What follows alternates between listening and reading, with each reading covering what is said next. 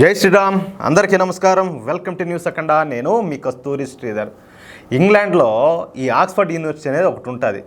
వాళ్ళ బతుకంతా ఎప్పుడు చూసినా కూడా ఏంటంటే చాలా వరకు చాలామంది మన భారతదేశం మీద అలాగే హిందువుల మీద విషయం చెప్పడమే పనిగా పెట్టుకుంటారు. దానికి సంబంధించిన ఒక ఇంపార్టెంట్ అప్డేట్ అయితే ఒకటి తీసుకొచ్చా. న్యూస్ మాత్రం చాలా అంటే చాలా బాగున్నది. ఖచ్చితంగా చెప్తున్నా, మీకు అందరికీ తప్పకుండా నచ్చుతుంది, నో డౌట్. దాంట్లో అయితే ఇదేమి ఆషామాషి విషయం అయితే కాదు. ఈ దీంట్లో ఆక్స్ఫర్డ్ యూనివర్సిటీకి సంబంధించి ఆక్స్ఫర్డ్ యూనియన్ అనేది ఒకటి ఉంటుంది. ఈ ఆక్స్ఫర్డ్ యూనియన్కు మొదటిసారి ఘోరమైనటువంటి అవమానం జరిగింది. అది కూడా ఏంటంటే ఒక భారతీయుని చేతిలో, ఎవరో మన భారతీయుని చేతిలో ఇక్కడ ఈ అవమానం జరగడం ఇక్కడ గమనార్హం అనమాట. అసలు ఈ ఆక్స్ఫర్డ్ యూనియన్ అంటే ఏంది, దీని ప్రత్యాపారం ఏంది, వీళ్ళు ఏం చేస్తారు, వీళ్ళు ఏం కట్టలు కడతారు, వీళ్ళ గురించి ఒకసారి చెప్పుకుందాం. ఎందుకంటే నేను ఊరికనే ఆక్స్ఫర్డ్ యూనియన్ అంటే అసలు వాళ్ళు ఏందిరా స్వామి అనేది మీకు తెలియాలి కదా. అందుకని చెప్పి వాళ్ళ గురించి కొంచెం చెప్పే ప్రయత్నం చేస్తా. ఈ ఆక్స్ఫర్డ్ యూనియన్ అనేది ప్రపంచంలోనే అతిపెద్ద ఈ డిబేటింగ్ సొసైటీ అనమాట. డిబేట్లు జరుగుతూ ఉంటాయి చూడు, ఏది ఈ పక్క ఒక బ్యాచ్ కూర్చొని ఈ పక్క ఒక బ్యాచ్ కూర్చొని లేకపోతే సింగిల్గా కూర్చొని ఆ మాదిరి వచ్చేసి అతిపెద్ద ఈ డిబేటింగ్ సొసైటీ ఇది అత్యున్నత స్థాయి విద్యార్థుల చేత నిర్వహించబడే అతిపెద్ద ఈ ఆక్స్ఫర్డ్ యూనియన్ సొసైటీ అనమాట. దీనినే ఆక్స్ఫర్డ్ యూనియన్ అని అంటారు. అర్థమవుతుందా? ఇక్కడ చేసేటటువంటి డిబేట్లు అసామాన్యమైనటి అని చెప్పేసి వీళ్ళందరూ కూడా చెప్పుకుంటూ ఉంటారు.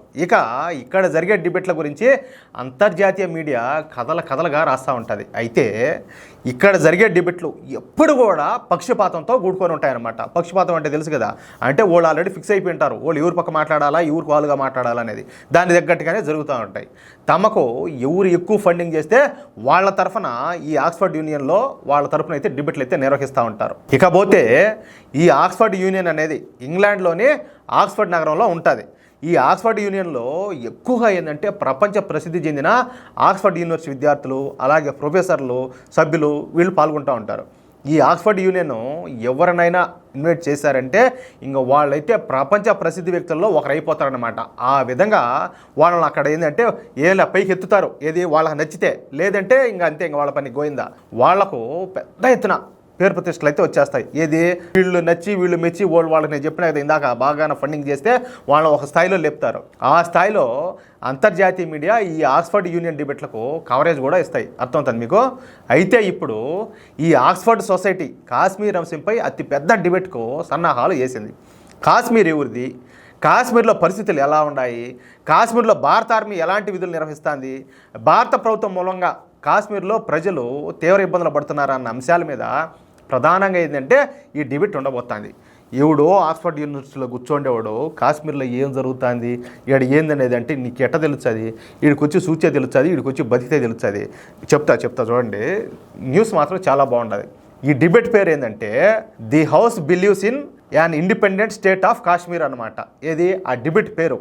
అయితే ప్రపంచ ప్రసిద్ధి చెందిన ఆక్స్ఫర్డ్ యూనియన్ కాశ్మీర్పై డిబేట్కు భారతదేశం నుంచి ఎవరిని ఇన్వైట్ చేసిందో తెలుసా? వివేక్ అగ్నిహోత్రిని ఆహ్వానించినారు. ఈ వివేక్ అగ్నిహోత్రి ఎవరో అందరికీ తెలిసే ఉంటుంది. ద కాశ్మీరీ ఫైల్ సినిమా డైరెక్టరే ఈ వివేక్ అగ్నిహోత్రి. అంతేకాదు 2019లో ఢిల్లీలో జరిగినటువంటి హిందూ వ్యతిరేక అల్లర్లపై ఈ వివేక్ అగ్నిహోత్రి ఇంకొక సినిమా కూడా తీస్తున్నాడు. ఈ వివేక్ అగ్నిహోత్రి ఎలాంటి వాడో మీకు అందరికి అర్థమయ్యే ఉంటుంది ఈ పాటికి. ఈయన ఒక గొప్ప దేశభక్తుడు, అలాగే ఒక కట్టర్ హిందుత్వవాది. తన ప్రాణాలకు సైతం లెక్క చేయకుండా తీవ్రవాదులు రాడికల్స్ భారతదేశంలో చేస్తున్నటువంటి దురాఘాతాలను అరాచకాలను ఎండగడతా ఈయన సినిమాలు తీస్తూ ఉంటాడు. ప్రజలను అలాగే ముఖ్యంగా హిందువులను ఈయనైతే చైతన్యపరుస్తూ ఉంటాడు. అలాంటి గొప్ప బ్యాక్గ్రౌండ్ ఉన్న వివేక్ అగ్నిహోత్రి గారిని ఈ ఆక్స్ఫర్డ్ యూనియన్ ఈ కాశ్మీర్పై జరిగే డిబేట్కు ఆహ్వానించింది. కానీ ఆక్స్ఫర్డ్ యూనియన్ ఆహ్వానించిన ఈ డిబేట్కు రానని చెప్పేసి వివేక్ అగ్నిహోత్రి అయితే తెగే చెప్పినాడు. దీనికి ఒక బలమైన కారణం కూడా ఉండదు, అది కూడా చెప్తా. ఆయన ఎందుకు రానని చెప్పినాడంటే నీతిమాలిన డిబేట్లకు నేను రానని చెప్పేసి స్పష్టంగా తెలియజేసినాడు. ఈ సందర్భంగా వివేక్ అగ్నిహోత్రి మాట్లాడతా, కాశ్మీర్పై డిబేట్ అంటే తప్పనిసరిగా కాశ్మీర్ పండిట్లను ఆహ్వానించాలా. ఎందుకంటే బాధితులు ఎవరు అక్కడ? కాశ్మీర్ పండిట్లే. కాశ్మీర్లో విధులు నిర్వహిస్తున్న భారతదేశ ఆర్మీ అధికారులను ఆహ్వానించాలా. ఎందుకంటే కళ్ళకు కట్టినట్టు ప్రతి ఒక్కటి సాక్ష్యాలతో సహా అక్కడ ఏం జరిగింది ఏం జరుగుతుంది వాళ్ళందరికీ తెలుసు కాబట్టి. అలాగే భారత ప్రభుత్వం తరపున కాశ్మీరీ వ్యవహారాలు నిర్వహించే నాయకులను కూడా ఆహ్వానించాలా. ఎందుకంటే వాళ్ళు గతంలో ఎలా ఉంది, ఇప్పుడు ఎలా ఉండాలి, వాళ్ళు ఏం చేయబోతున్నారు, ఏ స్థాయిలో కాశ్మీర్ ముందుకు తీసుకెళ్లాలనుకుంటున్నారు, అందులో ఇటీవల కాలంలో ఈ ఆర్టికల్ 370 రద్దు చేశారు అంటే వాళ్ళకు పూర్తి స్థాయిలో దాని మీద అవగాహన ఉంటుందన్నమాట. దాన్ని బట్టి ఆయన మాట్లాడినాడు. కానీ ఈ ఆక్స్ఫర్డ్ యూనియన్ వాళ్ళు ఎవరిని కూడా ఆహ్వానించకుండా ఈ పాకిస్తాన్కి సంబంధించిన ఈ ఆర్మీ అధికారులను, అలాగే పాకిస్తాన్కి సంబంధించిన మేధావులను, పాకిస్తానీ నాయకులను, అలాగే ముస్లిం వర్గానికి చెందిన ఇతర నాయకులను మాత్రమే ఆహ్వానించినారు. అంటే నేను చెప్పినలా వీళ్ళు పక్షపాతంతో బిహేవ్ చేస్తారు, వ్యవహరిస్తారు అన్నట్ట. ఆ మాదిరిగా అంటే ఈ దిక్కుమాల డిబెట్ యాంటీ ఇండియాగా, యాంటీ హిందూగా కాశ్మీర్ అంశాన్ని పూర్తిగా తప్పుదేవ పట్టించే విధంగా ఉండాలి. అందుకే అలాంటి పనికిమాల డిబెట్లకు నేను వెళ్ళనంటే వెళ్ళను. పెద్దగా పని లేని వాళ్ళు మాత్రమే ఇలాంటి డిబెట్లకు వెళ్ళి తమ నోటి దోల తీర్చుకుంటారంటూ ఈ వివేక్ అగ్నిహోత్రి ఏంటంటే ముఖం బగిలిపోయేటట్టు మెట్టుతో కొట్టినట్టు ఈ ఆక్స్ఫర్డ్ యూనియన్ పరువు కాస్త థేమ్స్ నది అని ఒకటి ఉంటుంది ఇంగ్లాండ్లో, దాంట్లో తప్పుపోయి కలిపినాడు. మనం అంటాం కదా గంగలు కలిపినట్టని, ఆ మారి తీసుకుపోయి వాళ్ళ పరువును ఆ థేమ్స్ నదిలో గలిపేసినాడు. ఇక్కడ ఇంకొక కీలకమైన అప్డేట్ ఒకటి ఉన్నది, ఇది ఇంకా బాగుంటుంది. ఇక ఈ వివేక్ అగ్నిహోత్రి మాటలు విన్న ఈ ఆక్స్ఫర్డ్ యూనియన్ సభ్యులు అంటే వాళ్ళంతా షాక్ అయిపోయినారు. ఎందుకంటే తమ ఆక్స్ఫర్డ్ యూనియన్ డిబేట్ల కోసం ప్రపంచవ్యాప్తంగా అనేక మంది ఎగబడతా ఉంటారు. ఎందుకో అడిగిపోతే మనకేదో పేరు వస్తుంది, మనం బాగా హైలైట్ అవుతాం అన్నట్టు. అలాంటిది తమ దేశం కోసం ఆక్స్ఫర్డ్ యూనియన్ డిబేట్ను తిరస్కరించడంతో ఈ యూనియన్ సభ్యులైతే ఆశ్చర్యపోయినారంట. అంతేకాకుండా తమ డిబేట్లకు రాని మొట్టమొదటి వ్యక్తి కూడా ఈ వివేక్ అగ్నిహోత్రినే కావడంతో ఈ ఆక్స్ఫర్డ్ యూనియన్ సభ్యులంతా కూడా షాక్ గురైనట్టు తెలుస్తుంది. ఎందుకంటే అసలు వాళ్ళు పిలిచాలి రా సామి అని చెప్పి వాళ్ళ పిలుపు కోసం ఏకమలుకునే వాళ్ళు చాలా మంది ఉంటారు. అట్లాంటిది వివేక్ అగ్నిహోత్రిని పిలిస్తే చెప్పుతో కొట్టినట్టు సమాధానం చెప్పినాడు. అది కూడా నేను రానని దానికి కూడా ఎంత వివరణ ఇచ్చాడో దీన్ని బట్టి మీరు అర్థం చేసుకోవచ్చు. ఈ న్యూస్ విన్న తర్వాత ఎట్లుంది న్యూసా?